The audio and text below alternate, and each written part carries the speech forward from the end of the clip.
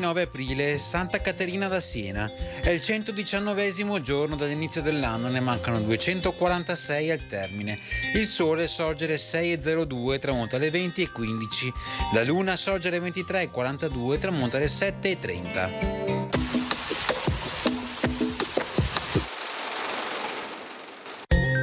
Viene solennemente consegnato lo stendardo a Giovanni Bembo, nominato capitano generale da Mar, ovvero il comandante di tutta la marineria veneziana.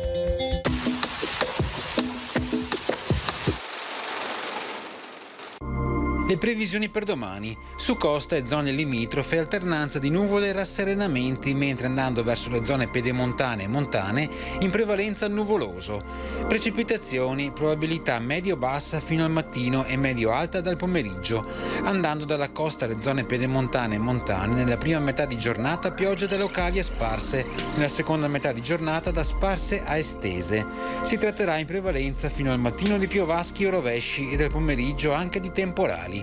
Temperature in aumento leggero o moderato, eccetto stazionarietà dei valori notturni sulle pianura.